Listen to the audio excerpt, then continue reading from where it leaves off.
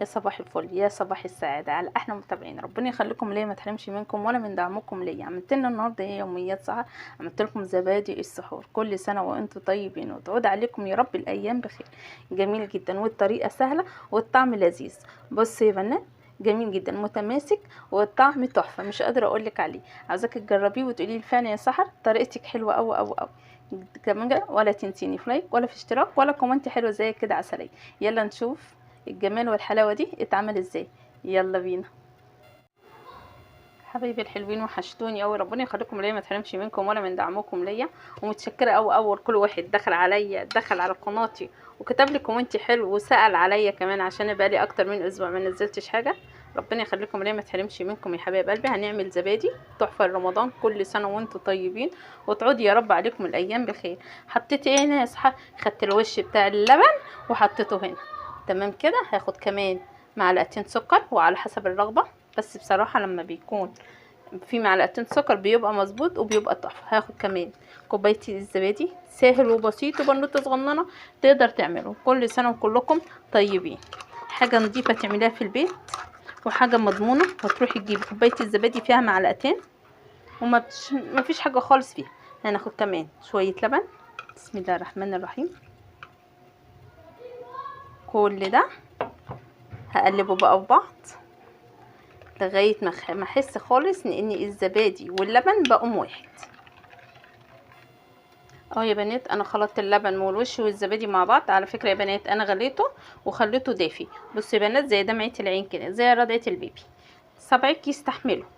تمام. هدلق عليه بقى الزبادي ووش اللبن وشويه اللبن اللي احنا خدناه، وهنبتدي برضو نقلب كده لغايه ما نعمل له قوام كده.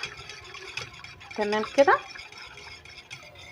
ادينا خلطته كله مع بعض. عندي كوبايات ماشي، عندك فخار كده زي ماشي، اللي عندك حطيه. وابتدي كده احطه. تمام كده. سهل وبسيط والطعم هتلاقيه جميل ونضيف على الاقل. وحاجه بسم الله ما شاء الله، حاجه نضيفه. وزي ما انا قلت لكم كوبايه الزبادي ما بقتش فيها اي حاجه وكمان غاليه، لكن ده كيلو بسم الله ما شاء الله هيطلع لنا خير بجد. اهو الكيلو يا بنات عامل لي 6 وبسم الله ما شاء الله. يعني لو كوبايات صغيره هيعمل لك عدد. تمام كده. انا مسخنه ميه سخنه اهي.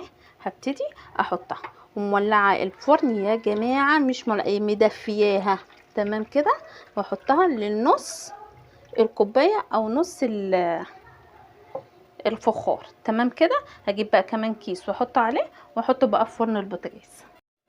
اهو يا بنات انا جبت كيس تلاجة فتحته وهبتدي احطه كده عليه واسيبه بقى 4 ساعات 5 ساعات على حسب ما يمسك معانا. هغطيه كده بحته واحطه في فرن البوتاجاز زي ما انا قلت لكم. بعد 4 ساعات نشوفه. كل سنه وانتم طيبين وتعود عليكم الايام بخير. وقولوا لي ايه رايكم في جو رمضان اللي انا عامله ده؟ ايه رايكم؟ مش حلو؟ كل سنه وانتم طيبين يا حبايب قلبي. حبايب قلبي كده بقى 5 ساعات كده حلو قوي. هاخده بقى من قلب الميه كده. بصوا زي الفل، حلو قوي قوي قوي. هاخده كده بقى من قلب الفرن، من قلب الصينيه اللي فيها الميه اللي احنا عملنا فيه، وهحطه كده ساعتين او ساعه في التلاجة. تمام كده. اهو يا حبايبي كده بنفس الكيس اللي كان متغطي عليه هغطيه كده عشان ما ياخدش اي قرف من التلاجة ولا حاجه. هحطه كده ساعه ساعتين كده واوريه لكم تاني. حبايب قلبي ادي الزبادي بتاعنا اهو بعد ساعتين من التلاجة اهو. بصوا جميل، احلى زبادي هتعمليه في السحور. واقول لك كل سنه وانت طيبه.